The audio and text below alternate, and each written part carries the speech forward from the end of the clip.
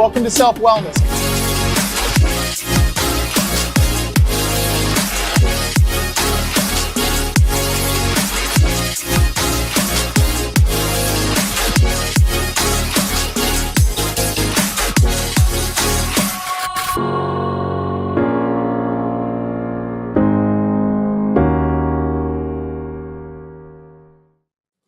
What's up, guys? This is another great episode of Maha with Mike, and I'm excited to explain to you guys what's been happening in the recent years, if not decades, with not only vaccines, but also talking about what's going on with our food and our food supply.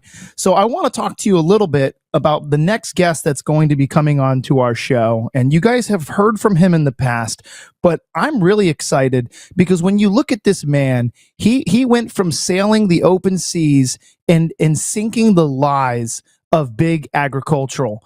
Today's guest didn't just walk away from the system, but he actually was part of a system. He had made hundreds of thousands and millions of dollars in real estate and in his other endeavors. And he decided that after spending some time learning about permaculture, he designed a way out, not only for him, but for the rest of us.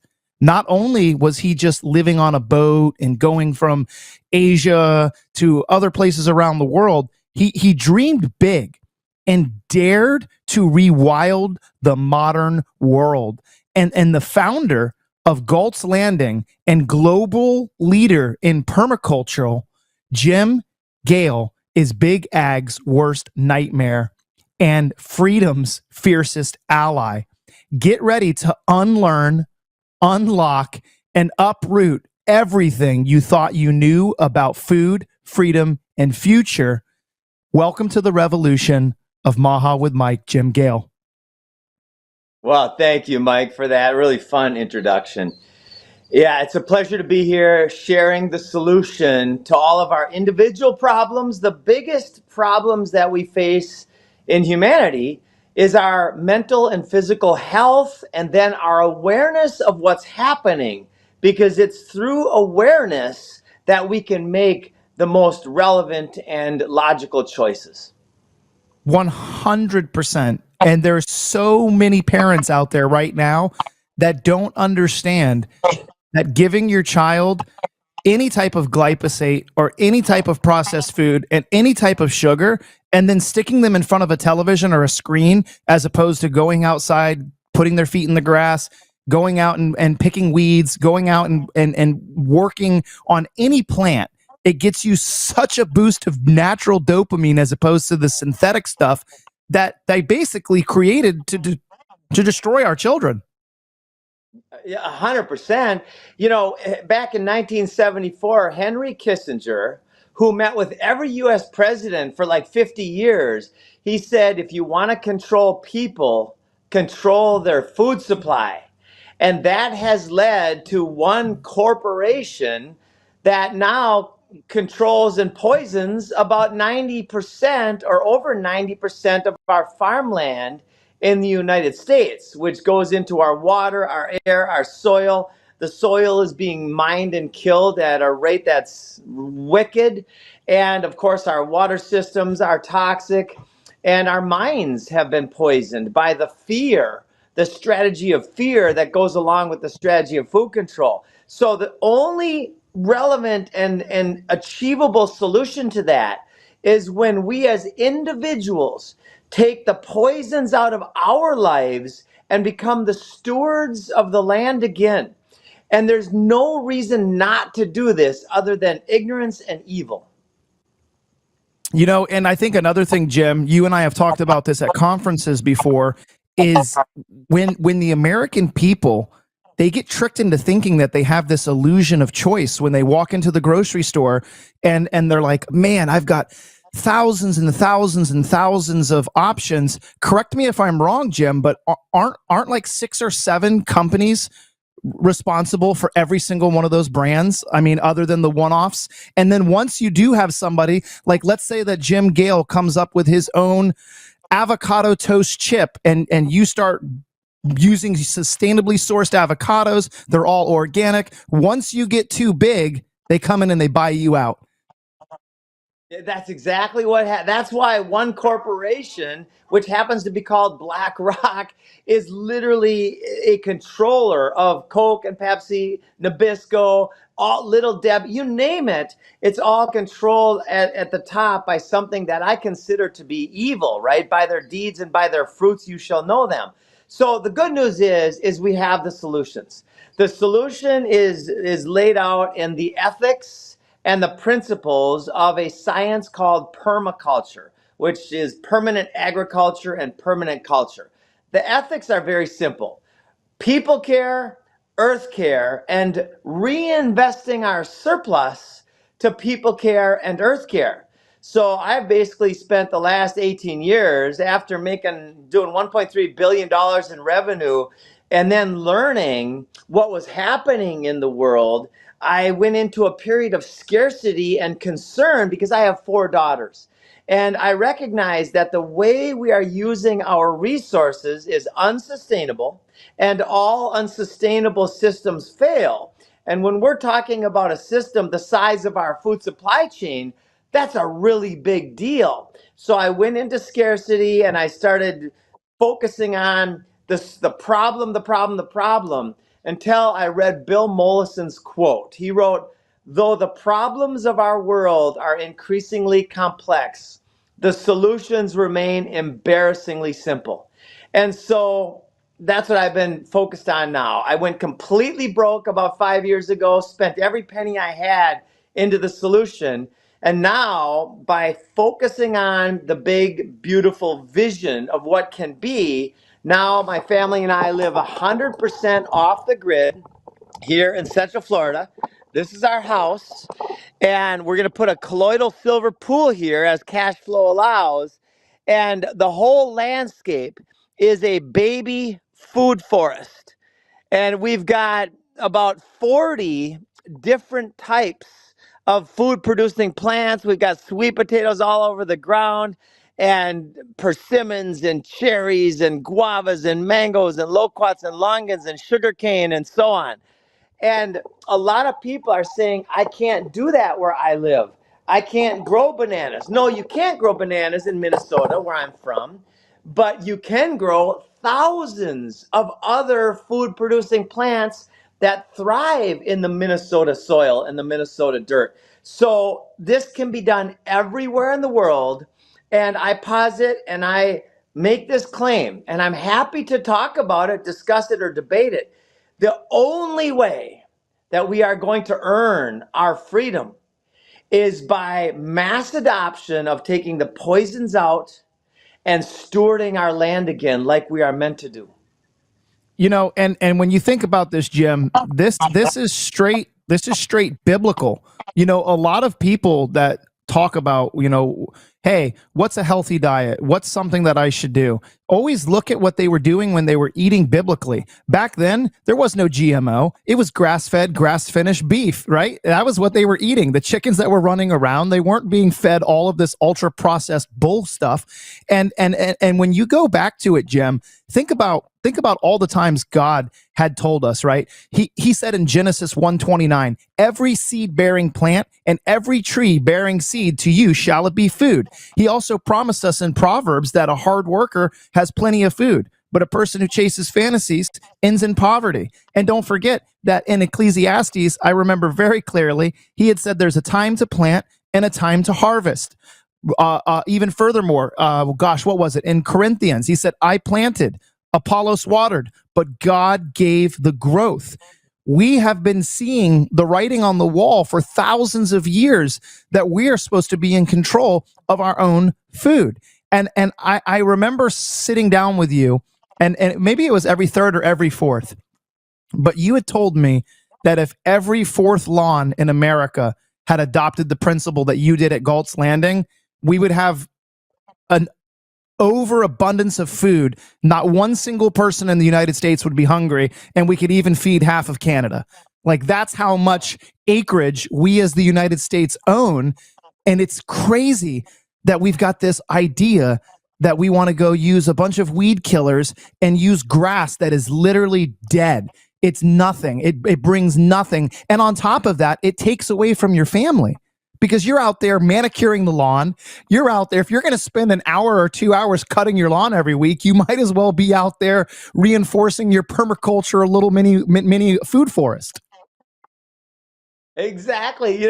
I used to be in an HOA community until our homestead got built. And I used to walk around the neighborhood with my daughter and my dog and see these signs in yards that say lawn of the quarter, right? Or lawn of the month. And people would celebrate the absolute destruction of our natural environment. So this is all programming, right? There are about almost 50 million acres of lawn in the United States alone. So let's do the numbers. Half of that, 25 million acres of lawn converted into edible regenerative food forest landscapes. Maybe you add some chickens and you're good. 25 million acres can literally feed the whole United States population when it's done right. And this does not mean everybody becomes farmers. I'm not a farmer. I do not grow the pomegranates behind me, right? Nature or God does that. I simply care for them. I put them in the ground, right? Bought them at a local nursery. I put some soil around it. I put it in the ground. And now that becomes a free energy system producing incredible medicinal calories for my great grandkids. Like it's forevermore with a little bit of care. And every one of those pomegranates has seeds that can turn into more pomegranates, right? God's design is infinite in its ability to create abundance. And the biggest scam in the history of our world is this idea of scarcity, right? There's only one thing that can supplant scarcity, and that's abundance. It's simply using God's design as intended. Oh my gosh. Listen, we're just going to run to a quick commercial break. And then I want to talk to you a little bit about your sit down with RFK, because I had a similar conversation with him many years ago. And if you're open to talk about it, I would love to possibly hear a little bit about his excitement for what you're doing. And we'll talk about that right once we get back from commercial break.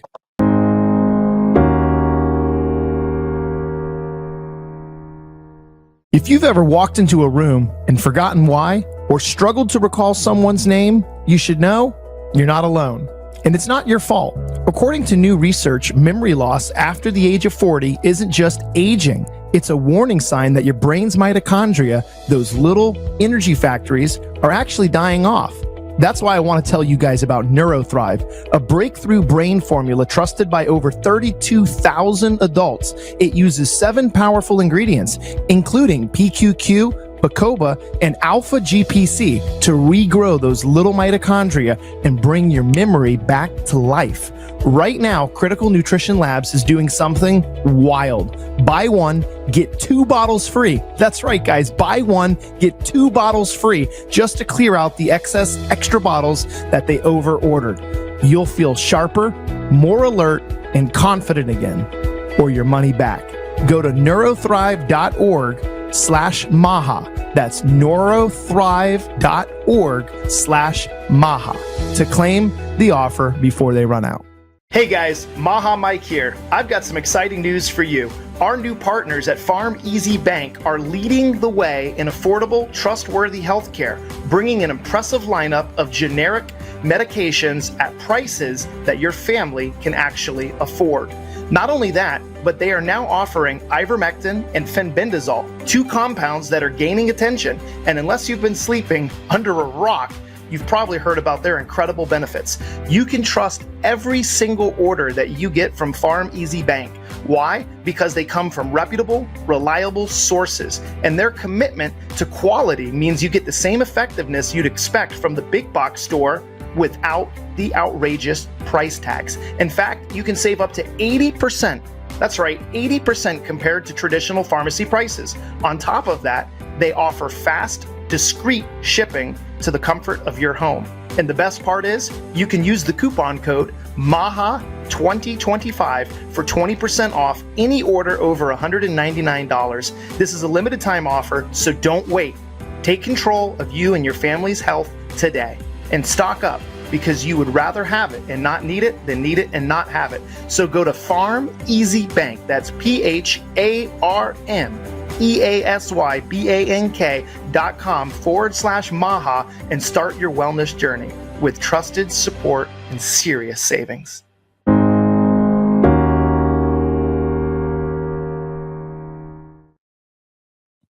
Welcome back, Jim. We really appreciate you being here today. And if you're open to it, we'd love to talk about your little sit down that you had. Well, let's call it a big sit down because it could quite possibly be the biggest thing that could happen to the United States. You sat down and talked with RFK about what you guys are doing over there at Galt's Landing. Yes, and more importantly, the models that we are creating, right? Bucky Fuller said, you cannot change things by fighting the existing model. Instead, create a new model that makes the current model obsolete. So I'm going to lay it out for everybody right now. It was about 2.5 years ago, and I got this message from somewhere divine in my head, like an idea that just empowered and inspired the heck out of me. And I started writing. I actually started typing right away on the computer. I said, okay, I got to get this on paper. We then put it on paper. I put it out there. And next thing you know, a friend says, his name is Howard Flieger, by the way. He's an incredible farmer, and he really knows what's going on. And he said, I'm going to get you to sit down with Bobby. So went to a room, and it surprised me kind of. There was no searches, no metal detector. I just went to a room, and Bobby was in there, and I walked up to Bobby. I said, Bobby, the campaign strategy, remember this is a couple of years ago, that I'm going to share with you right now will not only win you the election if this is a fair and legitimate election, but the campaign strategy itself will change the world. And his eyes opened up. He goes, really? Okay, let's see it. So we sat down, and I had 4 documents in front of me. And the first document had the big claim, right? Because campaigns are about big claims and then proving that you can achieve this big claim. And the first claim with Bobby Kennedy, he was surrounded by children at a school, and they were putting food in the ground. And the claim was, I'm going to take the poisons out of our schools and our children will heal. And then I wrote for him the speech that went along with the big claim.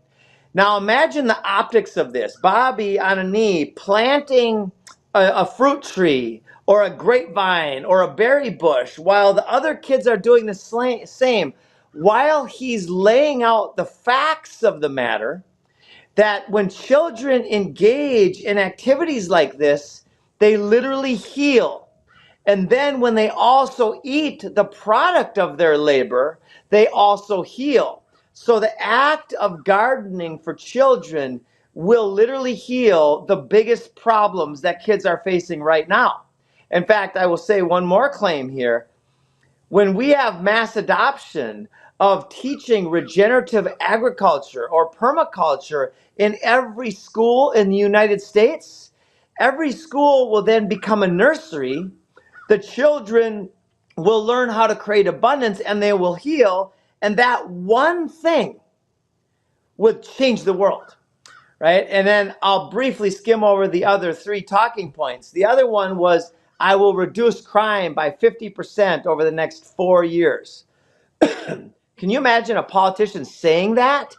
First of all, people would say, that's impossible. There's no way you can do that. Well, that's all based on their ignorance. The truth is that when inmates participate in gardening and growing their own food at prison, in one California study, the recidivism rate went from 67% to under 10%. So what I'm sharing with you are not hypothetical solutions to childhood diabetes and crime. They are proven, demonstratable solutions where everybody wins, except for the thieves that are stealing our money right now. Right? And the other one was, I'm going to feed I'm going to feed our communities. We're going to end hunger was the big claim. And that's by putting food forests in common area land and city parks. Right? This literally wipes out the hunger issue, which is at the core of the fear of many parents around the world. right? How to feed their kids if they go broke. That's a fear, and a lot of people are experiencing that. And the last one was we're going to work with the churches, and we're going to help inspire the churches to demonstrate stewardship instead of demonstrating the death of our world, which is the American lawn, which takes more poisons and chemicals than any other crop, but does not produce food.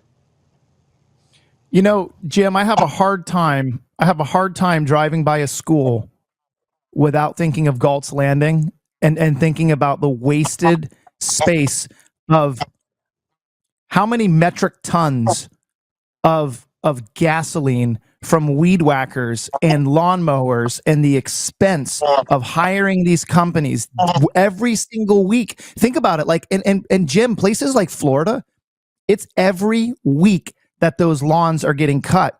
And the amount of money that we're just wasting on cutting grass that does nothing other than be aesthetically pleasing. And for the people out there, they're like, oh, but all the oxygen, there's enough algae in the world to continue producing oxygen. We've been lied to about the trees, you know, and the grass. And I'm not saying that we cut down all the trees. If there's a tree there, that's beautiful. Galt's Landing requires the trees because there's certain fruits and vegetables that grow in the shade or semi-shade. And, you know, the more and more that I think about it, you know, if you go to a lot of the blue zones, which for any of our listeners that don't know, the blue zones are the areas throughout the world where people have the longest life expectancy.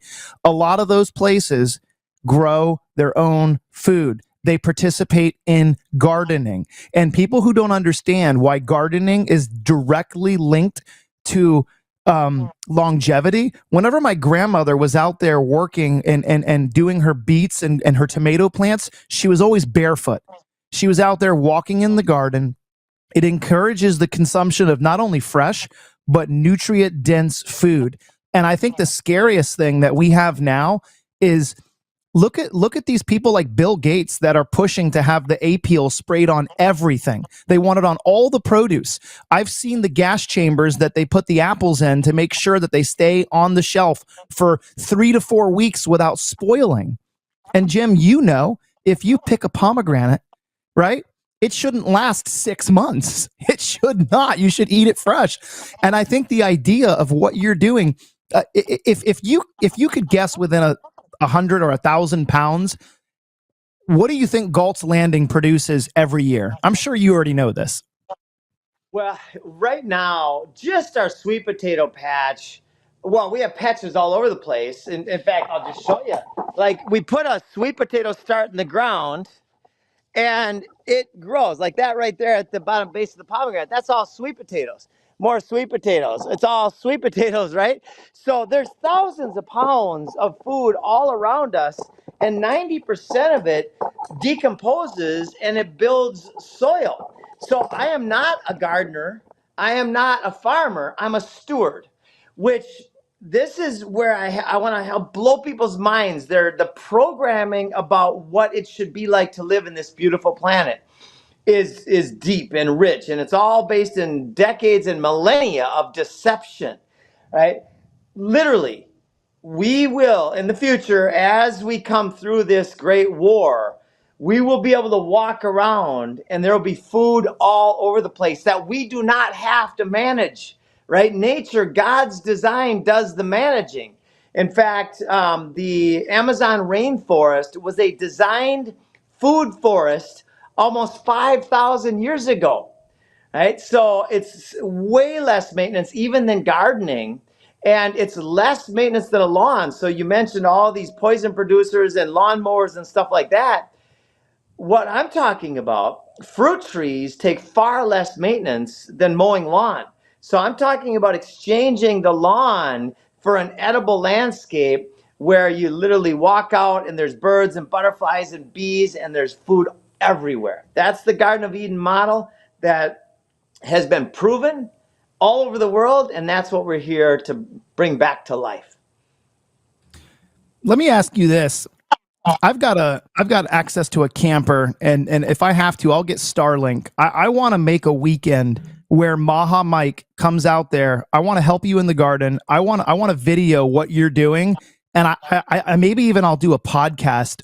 Maybe I'll launch one of my episodes from where you're at there, because like I really see a vision where, and I'll talk to my brother-in-law, man. He does shell construction. They're now building these little tiny homes. I imagine that we could open up like 10 or 15 Airbnbs right there on your property, have people come out, volunteer to grow, come in and learn, and then take what they know. I know you're already doing this, but I see it even bigger where people can come out, because it takes a couple days to really soak up what you're doing. Me being here, one of my biggest regrets in life right now is that I haven't come to Galt's Landing yet. I was invited there years ago by a bunch of the people that were working with the Cardio Miracle team. I know that you guys had a little event out there. I wasn't able to go, but to this day, I still have my buddy Scott Falani from the My Patriot Swap. He's like, you got to go see Jim's place. He goes, that place is awesome. He goes, that dude, you don't walk into the grocery store to get vegetables. He walks into his backyard. And that is what we need, Jim. That is what we need. We need to take control, because what happens is when we as Americans say we've had enough, hey, why aren't people coming to the grocery stores anymore? Because they're growing their own food. They've got their own chickens. They're raising their own goats. And this idea that we're born into this world and we're immediately slaves, Galt's Landing is flipping the narrative on that. On so many levels. First of all, I want to share, Mike, that my wife and I, what you just described about the Airbnbs, we talked about that exact thing over the last 2 days. So after this call, let's get on a phone call and we'll lay out our vision and I'll show you the area. We've got 5 acres in the middle. And by the way, we are opening up a school on August 11th. It'll have a max of 20 kids. We've already got 10, and I'm sure we'll have 12 to 15 here by the time we open. And the fundamental primary objective of the school is for the kids to learn self-reliance, right? The fundamental thing that every school should teach is, how do I take care of myself and how do I create a yield, right? Financially and in the ground. So the students will be in charge of the nursery. And the first thing that the students are going to be doing every day is propagating 10 plants. Now, here's where the math gets really exciting. 10 plants times 20 students is 200 plants. After about 3 months, each one of those plants is worth an average of $10 or more. So now you've got over $2,000 per day worth of real value, right? That goes back to the families. And then once their families' food needs are met, thanks to the students at the school, we have now worked with our local grocery stores, and the students will be supplying the grocery stores with plant starts and actual produce that they will sell, and they'll do a 50-50 split. So it's a school model that makes money and creates wealth and creates abundance for everybody involved. And we're open sourcing it and we're supporting it globally. Looking up the statistic right now, there are more children right now that have diabetes than have ever had, especially type 1 and type 2 diabetes in children. We're even seeing children with early onset dementia. That has never, ever been documented before, and it's directly related to the food that we're eating. Jim, this is incredible. You know, the more and more that I have you on, I'm starting to realize that there's a God connection here. Like, he's pulling us together to be stewards, to go out there and teach people the way, because fear is a liar. And, you know, in the Bible, Satan said that he wanted to be like God. He wanted to be greater than God, which is why he was cast out of heaven. And God gives everybody free will. You've got the will and you've got the power. You can literally go to the grocery store and go buy GMO foods, or you can go and grow your own. And I think that as soon as we realize how easy it is, and I want to stress to people what Jim is saying, he has time to raise his children, talk to me about opening up an Airbnb. He's got time to go on vacation. He does not have to be a full-time farmer. What he is putting is very minimal, hands-off permaculture. You plant the seed, you water it, you give it some soil, and for generations, it will continue to bear fruit. That's the idea here, guys. This isn't like you've got to quit your 9 to 5. and be a full-time gardener. You're just replacing useless stuff. There's some footage of it. Look how beautiful that is, guys. He goes outside, he grabs a banana. He wants some sweet potatoes, he goes and plucks a sweet potato. He wants tomatoes, he's got them. Avocados, he's got them. That's incredible, man. Look at that. Just pulling berries and cherries and fruits and pomegranates. And oh my gosh, man, that is beautiful. Look at that. Look at that pond right there. You have that stocked with fresh trout, and you start creating this just abundance. I can only imagine how much food Galt's Landing donates every year. Well, and our big thing, and we have bass and crappies and catfish and 7 species of fish. Trout would be like in Minnesota because they like it colder. And this can be done everywhere. I really want to emphasize that. And I also want to share that we've recognized that government has been leading the deception, historically speaking, forever. It means mind control, right? Govern the mente, control the mind. And so we have built all of our houses now, 10 homes, without asking for permission. We very publicly cannot pay taxes on land or labor because that is theft. And so we had a government agent come here about 2 years ago now, and he asked to see building permits for my home. When I found out he was on the property, I took a breath of spirit and I walked and I turned on my camera and I walked up to the fella and I said, "Hello, my name is Jim Gale and I'm recording this conversation so we don't mix up any words." And he said, "Hi, my name's Alexi." I said, "Well, it's nice to meet you, Alexi, but how did you get permission to come on my land? Implied consent is not granted." And he said, "I'm sorry, the gate was open, but I will leave if you want me to," which I thought was really unique. And that disarmed me. So then I said, "Before you leave, I'd like to show you something." So I walked him into the food forest and I said, "It is our duty to everything we love about life, to our posterity, to our friends and family, and to this world and to God, to be the protectors and stewards of this land. Your agency, the agency that you represent, has lost all perceived moral authority, as proven by every HOA community that you've worked with that has created a biological death zone. The land is suffering, the people are suffering, there's no birds, no butterflies, no bees. It's death. So if we comply, we're all dead." And he got tears in his eyes and he said, "You're right. I will never bother you again." And they have not been back. And I think that's spirit led. It's spirit led that they don't need to interfere. They don't need to intervene. The more and more that we start to realize that we have sovereignty over our land, we have power, we have biblical given life. And I think that it is so beautiful that you and I on this Lindell TV network can share what it is that you're doing, because with you there is no ego. You're sharing what was a download.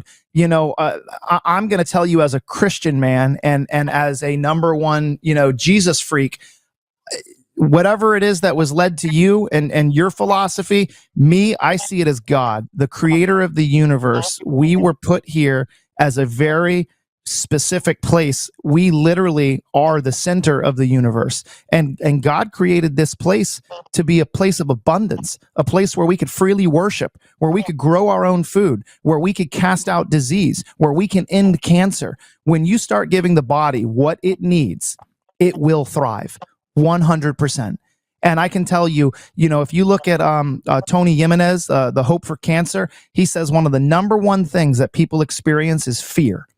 And how many times in the Bible does it say, "Fear not"? We cannot fear. So what do you see as the future?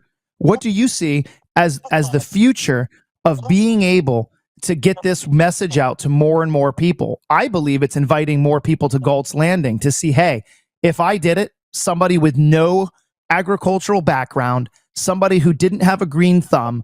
I mean, correct me if I'm wrong. The business that you were in was a business of making money. You were in the system before you decided, I've had enough. Yep. I was in the mortgage business, the debt, right? The death business.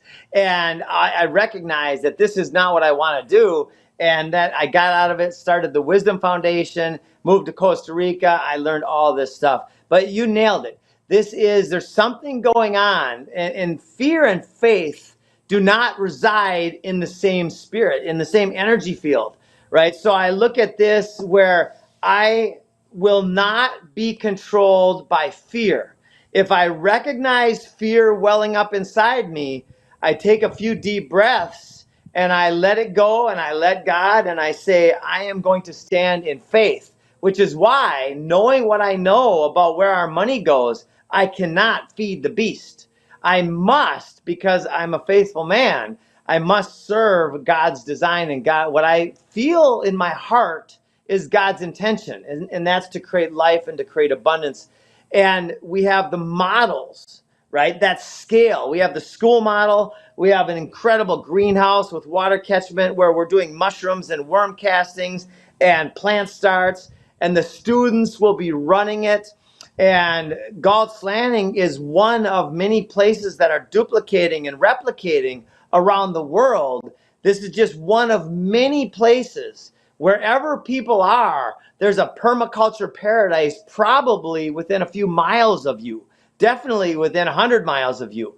Go see it and go talk to the people. Go touch the fruit trees. Go eat and smell and feel the energy. It's absolutely profound and it's healing. And this is the idea whose time has come, stronger than all of the armies of the world.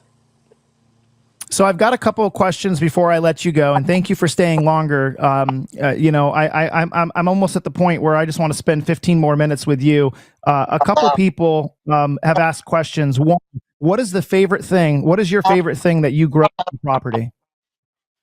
Oh gosh, we have 300 different types of food producing plants.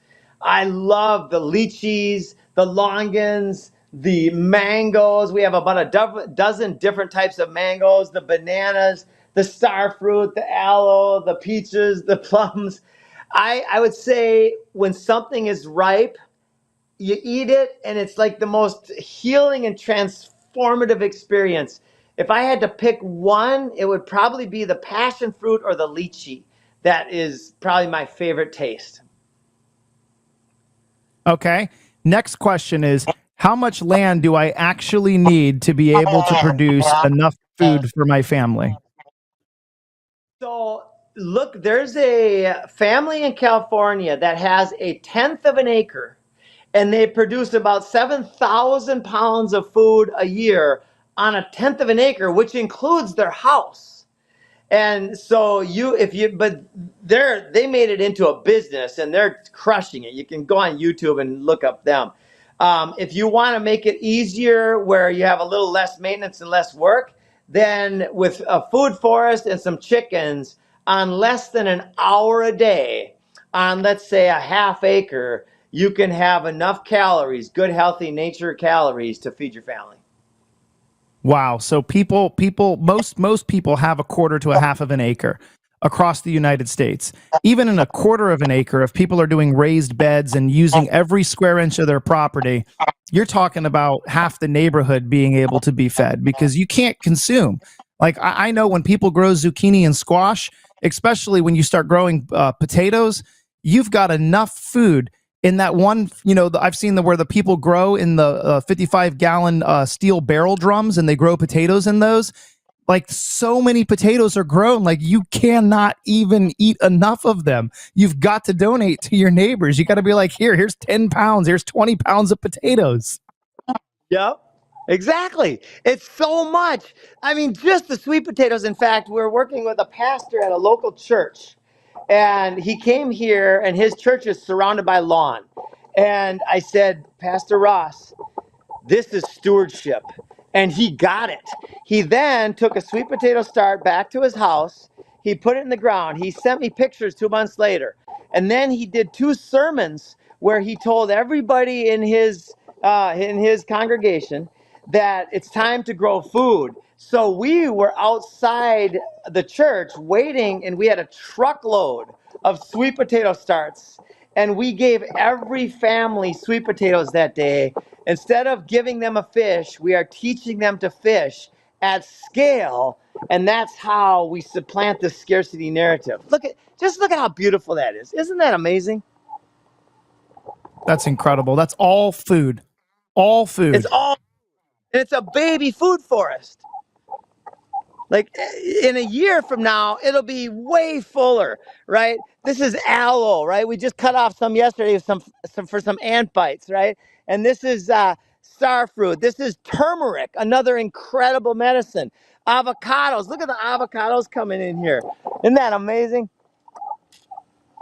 Such good healthy fats, and turmeric is so good for inflammation. I can only imagine when it's grown fresh right there Oh, on your own property. yep. That's absolutely incredible. So let me ask you this: when people come out and they spend a couple days with you, what is their outlook like? What kind of optimism do you see when somebody comes out and realizes that your background was in finance and this is what you've created? Isn't that amazing? So far we've had well over 1,000 tours. I give tours regularly, and we have a 100% inspired rate. As a result of our food forest here, we have thousands of people around the world, because I do a lot of videos and stuff, that are now growing food instead of lawns. Our intention is to catalyze a shift in awareness that leads to mass adoption of stewardship, of taking the poisons out and putting fruit trees and berry bushes and grapevines and so on in your yard. And I tell you what, I've never been more centered and more peaceful. I'm aware of the earthquakes and tsunamis and wars, and AI is going to take all the jobs. In fact, this is relevant. People say, what's going to happen when AI takes all the jobs? Well, if we have a system of radical abundance and ethics in our society, then good. That will give us the time and energy to go out and just do good and enjoy life and to create and to manifest and to build our paradise together. That's the next phase of humanity. And it might be a bumpy road getting there, but we're going to get there. So another good question that I think a lot of people want to know, and this was emailed to me yesterday, was how do you assess a site before starting? Which is a great question, right? Because people have different lawns, they've got different sizes. You know, you've got to know what kind of water you're using, and I imagine that you don't have to. I mean, anytime it rains, you're taken care of. But if you're in places like Arizona, right? Walk us through assessing the site before someone starts. And I know you probably can do one-on-one mentoring, but that's a question that my listeners want to know. How do you assess a site before starting? Oh, that's a great question. So the people at foodforestabundance.com, there's a team of designers that design landscapes to be hyper productive. Here, we started with a cattle pasture, just a blank bed of kind of cattle pasture grass that had not been really stewarded or maintained, other than the walking around of the cows, which is actually beneficial. But there's been nothing. So in fact, just 3 months ago, there was no green here. It was just sand. This whole area a year and a half ago was just sand. So whatever you start with, you can build life by layering mulch and biomass on top, and then putting the right types of plants in the ground. So as a ground cover, we put in things like perennial peanut and sunshine mimosa, and we put in beans and these other plants. They're actually nitrogen fixers, which heal the soil, just like dandelions, by the way. Dandelions are not only great medicine for people, but they're great medicine for the soil too. And once dandelions have done their job, like many of these plants that are called weeds, but they're actually the most important plants, then they won't germinate and they won't bloom as much. Like, they literally have an intention, and by letting nature or God's design do what it does, everything will be healed over time, right? But with that said, if you can start with good soil, it's going to radically speed up the process. Which leads me right into my next question. How do you build and maintain healthy soil? So you start by layering biomass on top of whatever you've got, and and then you add things like soilsaviors.org. This is an entity that has created a really effective compost tea, which is basically a living network or group of bacteria that live in harmony. And when you put those bacteria onto dead or even poisoned soil, like they talk about these forever chemicals, this compost tea can eat the forever chemicals, and the byproduct, the waste product of that, becomes bioavailable nutrients that plants can consume. That's incredible. So Becky from Oklahoma wants to know, hey Jim, how do you deal with pests? So, diversity, that's such a great question, Becky. Diversity is the foundation of strength of our system. So, we don't have a monocrop. We don't have one crop, like there's not 30 avocado or 30 mango or 30 of anything. We have individual plants separated by space, and we have a huge diversity. And what that does is it does not give the bug, the locust or the pest, the ability to go nuts, because it might eat on one plant, but then by the time that gets halfway eaten, now here come the wasps. In fact, I'll show you this. This right here, this creature right here is one of our best friends as a gardener, right? People are scared of wasps, but wasps become the protectors of the garden, along with spiders and geckos and so on. So put away the wasp poison, and you don't want them right above your door, of course, but if you have them in an area that's just a little bit away and you don't bother them, they will actually protect your garden. Which is crazy because when you think about what wasps eat, right? Wasps go after aphids, they go after white flies, they go after beetle larvae, they go after grasshoppers, they go after caterpillars, which are the things that are going to eat and destroy your plants. So if you've got this predator wasp, like you said, as long as they're not building a wasp nest right above your house, so your kids are getting stung, you're getting stung, you could carefully relocate them and put them on a tree, 10, 15, 30 yards away from the house, and encourage them, and they'll start to understand, hey, let's not build our wasp nest right on this house. There's lots of other great places. Maybe set up some posts. Another question that was really good, and I don't know the answer to this, so I'm going to ask you. We were emailed the question, do you have a beehive or do you have bees on the property? Yes, we had bees for about a year and a half, and then our hive expanded, and then they flew the hive. So right now we're working with local bee people, and we're bringing in more bees, and then we're also learning. So I'm a rookie, by the way, at a lot of this stuff. People think that I'm some kind of expert that knows everything and that you don't. So somehow that's all BS. I don't know shit compared to what there is to know. I just know that nothing's going to happen until I start planting seeds, right? So, anyway, with that said, we work with local beekeepers and we say, how can we improve this setup so that the bees don't fly away again? But bees are an incredibly valuable element to any food forest.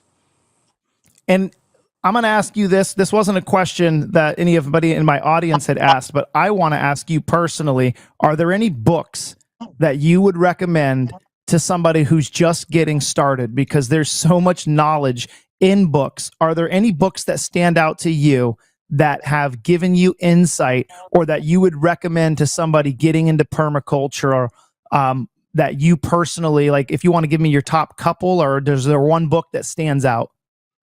Yeah, sure. I was always a big into the videos, YouTube University and all this. And then we're actually accumulating through originsreclaimed.org.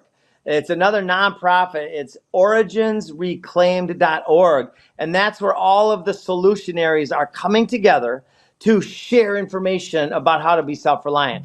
Bill Mollison is the father of permaculture, along with David Holmgren. And he's got a book, The Permaculture Guide, which is really a lot of information in there. And there's others. One is Retrofitting Suburbia, and that's David Holmgren. And then otherwise, just go online and type in permaculture in whatever zone that you're in. If you're in Arizona or Minnesota or Russia or wherever, type in permaculture for your area, and you'll get an incredible amount of good information. And then last but not least, this is something that I want to see if maybe you'd be open to discussing. We've only got a few minutes left, and then I want to pray. I want to pray for Galt's Landing. I want to know: do you see a timeline where we can do exactly what you're doing? Has God put on your heart? Like, is there a timeline? I think that it's within this generation. I think within this generation, we can get enough people. If we can educate, I think we could do it in this generation. But is there a timeline that you see where we can get this adopted, at least here? Let's just say here in Florida. Let's say we work with Governor Ron DeSantis, right? You said in the beginning of our show that you cannot change the narrative, or you can't change the plan unless you already are willing and have a plan that you can implement that's better than the existing one. Yes, here's the thing. If the government gets rid of their ignorance and is willing to actually help the people in this way, in World War One, they made a campaign and they created Liberty Gardens. In World War II, it was Victory Gardens, and it was mass adoption practically overnight, right? So here's how we change the world. It starts with awareness. We already know what will work and create abundance everywhere and end world war, and that's abundance. So next thing is to create awareness. How do we do that? Through the influencers. Like this show, Mike, is so important. And so we come together and we follow Dr. Martin Luther King's advice. Those who love peace must learn to organize as effectively as those who love war. And we organize around stewardship and the creation of community coming together and creating abundance.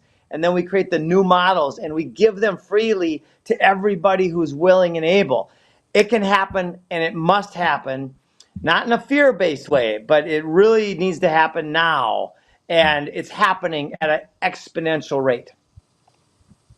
That's incredible. Well, real quick, Jim, I want to say a prayer for you. Heavenly Father, we come before you with boldness and thanksgiving, declaring your promises of abundance, fruitfulness, and dominion over the life of Jim Gale and the land known as Galt's Landing. You promised us, dear Heavenly Father, in Deuteronomy 28, that you command the blessing upon us in your barns and all that you put your hand into. Father, we ask that you anoint Jim Gale with divine wisdom, with strategies of heaven, and let his hands be guided by you, and his words carry the fire of truth. Let him walk under an open heaven, attracting partners, provision, and protection from every side. We rebuke every force of lack, sabotage, and confusion or delay, and we plead the blood of Jesus over the land, over his crops, over the animals, and over his infrastructure, his future Airbnbs, his classes, and his school, and that every person that walks onto that soil is overcome with righteousness, and they remove the fear that they have that there is an abundance. Let Galt's Landing become a beacon of hope, a refuge of sustainability, and a template for kingdom living. Let the angels guard its borders. Let miracles happen there daily, and continue to bless Jim's vision, multiply his impact all over this world, and let the harvest not only be of the land, but of the hearts turning back to you through his example. By Jesus' name I pray. Amen. Amen, brother. That was so beautiful. Thank you so much. Listen, we want to have you come back on the show, and I'm going to reach out to you. We're going to go to the back lobby as soon as we get here. I'm going to make sure I get your cell phone number. I'm going to plan a trip out there. I'm going to come out there with my camera, my tripods, my film crew. If I got to bring a blow-up mattress, I'll stay with you in the big house for a day. I want to film ins and outs and put it on my YouTube channel, put it on my Instagram. And real quick, let everybody know, how can they follow you, and what's your website again? So the galtslanding.farm if they want to come visit. the originsreclaimed.org for if you want to actually do this at home. And if you want your yard designed, it's foodforestabundance.com. Thank you, Mike. And to the Maha with Mike audience and all of Lindell TV, the best thing you guys can do for this, share this interview, cut, copy, paste, email it to your friends. Let's get the word out there. Jim, don't go anywhere. I'm going to make sure I've got your number. I'll see you in the back studio. Everybody else, God bless, and we'll see you on another episode of Maha with Mike.